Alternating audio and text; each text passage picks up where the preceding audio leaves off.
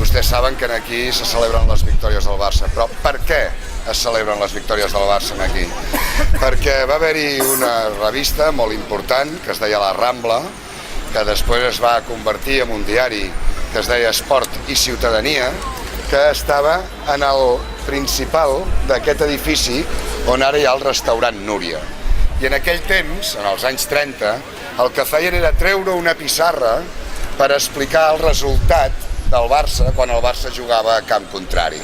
Clar, què passava? Que la gent venien aquí per saber quins eren els resultats que tenia el Barça quan jugava fora. Qui va fer això? Va fer això una persona que es deia Josep Sunyol.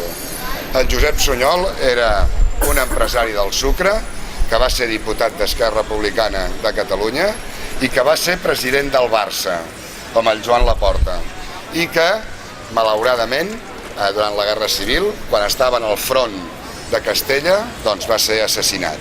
Però va ser la persona que, com el Joan Laporta, va introduir els elements culturals amb més força en el Barça en els anys 30. I, en certa manera, el que volem és retre homenatge en el senyor Josep Sunyol en un dels àmbits en el que Barcelona ha destacat tradicionalment més.